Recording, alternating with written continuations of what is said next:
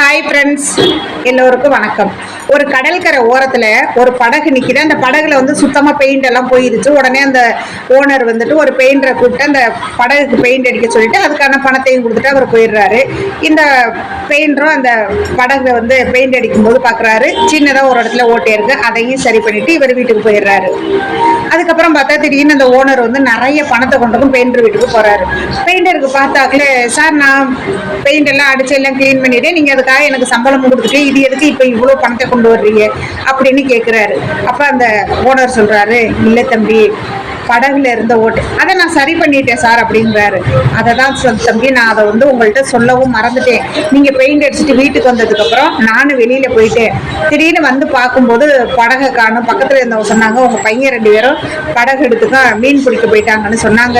எனக்கு உசுரே இல்லை. ஏன்னா அந்த படகுல இருந்த ஓட்டையை நான் உங்ககிட்டையும் சொல்லலை, இந்த பசங்களுக்கும் தெரியாது. இப்படி பண்ணிட்டாங்களே அப்படின்னு சொல்லி பார்த்துக்கிட்டு இருக்கும்போது தூரமா பசங்க வந்துட்டு இருந்தாங்க. அப்பதான் எனக்கு உசுரே வந்துச்சு. வந்ததுக்கு அப்புறம் பார்த்தாக்கா அந்த ஓட்டையை நீங்க சரி பண்ணி இருக்கிறீங்க. அதுக்கான சன்மானம் தம்பி. இது நான் உங்கள்கிட்ட சொல்லலை, இருந்தாலும் நீங்க அதை சரி பண்ணினதுனால இன்னைக்கு என் பசங்க 2 பேரும் உயிரோட என்கிட்ட இருக்காங்க.